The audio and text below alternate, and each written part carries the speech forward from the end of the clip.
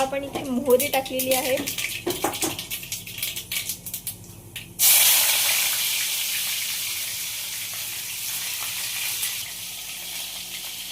लसूण टाकलेला आहे आपण, आणि आता कांदा.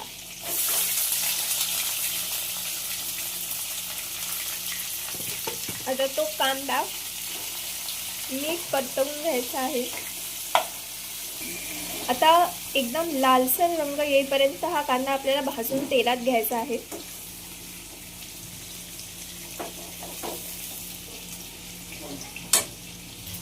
आणि एकीकडे दह्यामध्ये बिर्याणी मसाला मिक्स करून ठेवलेला आहे, आणि आपला एकीकडे कांदा शिजतोय. आता आपण ह्याच्यामध्ये टोमॅटो टाकलेला आहे. आता आपण दोन कांदे आणि एक टोमॅटो असा प्रमाणात हे टाकलेलं आहे. झाकण ठेवून वाफेवर 2 मिनिटं शिजवायचं आहे.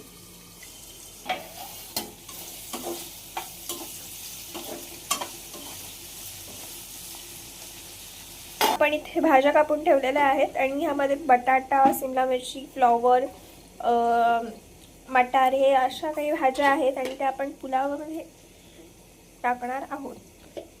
आता यामध्ये आपण थोडीशी हळद टाकणार आहोत. तुमच्या प्रमाणानुसार हळद टाका. आणि आता आपण जे मगाशी मी सांगितलं होतं बिर्याणी मसाला आणि दही, हे आपण ह्याच्यात टाकलेलं आहे. आता हे छानपैकी हलवून घेणार आहोत. आणि यामध्ये मसाला सुद्धा आपला जो घरगुती आपला मसाला असतो तो ॲड करायचा आहे, आणि हा छान तिथे असं हलवून सगळं मिक्सअप करायचं आहे.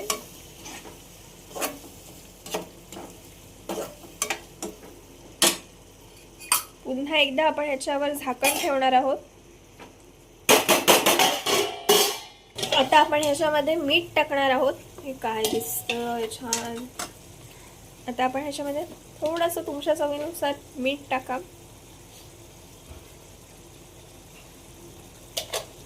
आणि याच्यामध्ये आपण ज्या भाज्या कापलेल्या आहेत त्या भाज्या तुमच्या घरात असतील त्या, आणि पुलावसाठी किंवा व्हेज बिर्याणीसाठी लागतात त्या सर्व भाज्या तुम्ही याच्यात टाकू शकता. आणि हे सगळं आता मिक्सअप करून घ्यायचं आहे. हे बघा, हे सगळं आता मिक्सअप करून घ्यायचं आहे.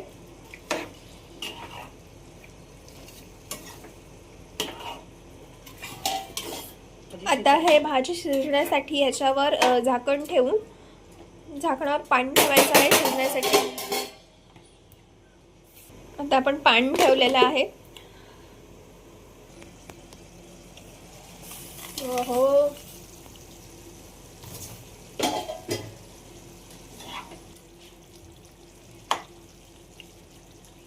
भाजी शिजलेली आहे, आणि त्याच्यावर आता आपल्याला हा शिजवलेला भात आहे तो आपल्याला असा वर लेअर टाकायचा आहे.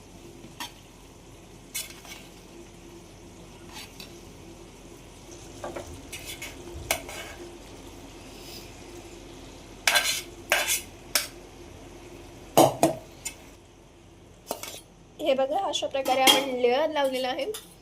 आणि आता ह्याच्यावर जरासा तो शिजवून वाफ त्याला घ्यायची आहे, आणि मग आपला पुलाव आहे तो रेडी.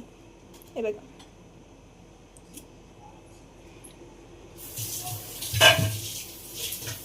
Weight for 5 minutes. आता आपण हे सगळं आता मिक्स करणार आहोत, भाजी आणि ते. बघा,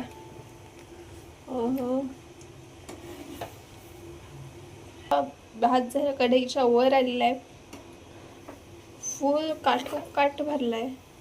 एक कढई तुम्ही पाहू शकता, इतकी मोठी आहे कढई, तरी सुद्धा इतका काठोकाठ भरलाय. तर अशा प्रकारे आपला जो पुलाव आहे तो रेडी झालेला आहे. तुम्ही हा पुलाव काकडीसोबत, कोशिंबीर आणि पापड ह्याच्यासोबत आहा काय लागेलच. चलो, तर आजची रेसिपी तुम्हाला कशी वाटली हे नक्की कमेंट करून सांगा. Bye bye.